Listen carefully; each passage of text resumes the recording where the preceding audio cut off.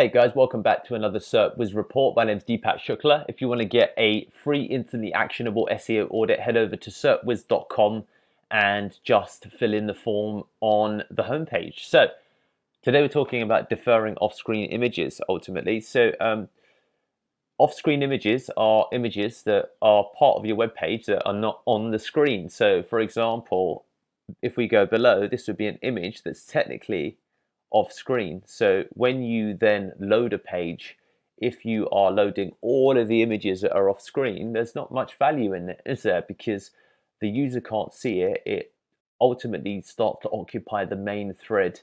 The time to paint and time to interact will increase. So why not just defer the actual loading of the image? So as it says here, consider lazy loading off screen and hidden images after all critical resources have finished loading to lower time to interactive, which is the time at which a browser interacts literally with your website. So if we go ahead and have a look, these are some of the thumbnails or resources that they say I don't need to load, and there's some potential savings, as it says here, that we could benefit from. So these are all of the images basically that I know of on our homepage at pearllemon.com.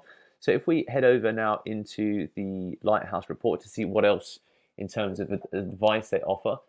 So as it says in the report, all off-screen or hidden images also, along with the potential savings in kilobytes, okay, which is going to be identical if you can, just because they're below the fold, it's like don't load them, and this is what you'll say.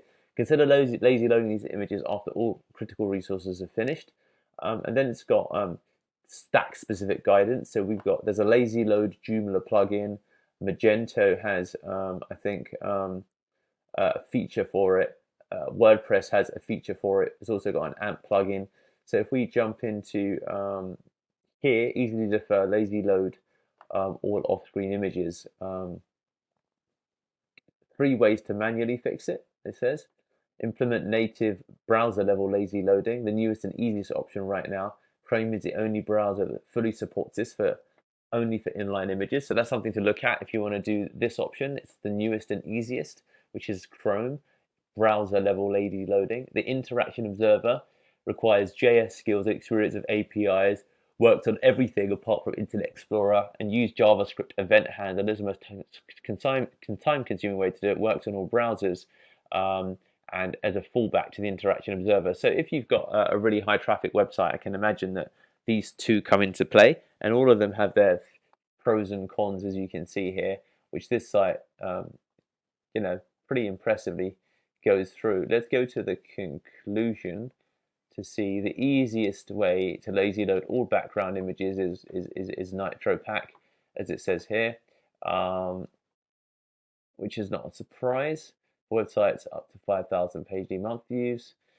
Is there anything else that's worth us knowing? So this gives code options, which is fine. The SEO impact basically is speed, a ranking factor for mobile SEO. So it's speed really. And Googlebot indexing, this is interesting. Googlebot execute on-page JavaScript. If it doesn't, content driven by JavaScript may not be indexed at all. So Google indexing and JavaScript driven content. So while JavaScript will execute JS and JS driven content, we need to be careful to follow good practices. Potential downsides of image non-indexing. Okay, so basically, let's go to the conclusion. Image lazy loading often requires the power of JS to control when you may load of an image. As a result, it's important to keep lazy loading SEO friendly, which can be achieved via to load images when JavaScript isn't executed, no script, and intersection observer, which we discussed in the other video. So here you go, guys. It's a combination of what I know and then going a bit further in depth, as you can see. So hopefully that makes sense, and catch you in the next one.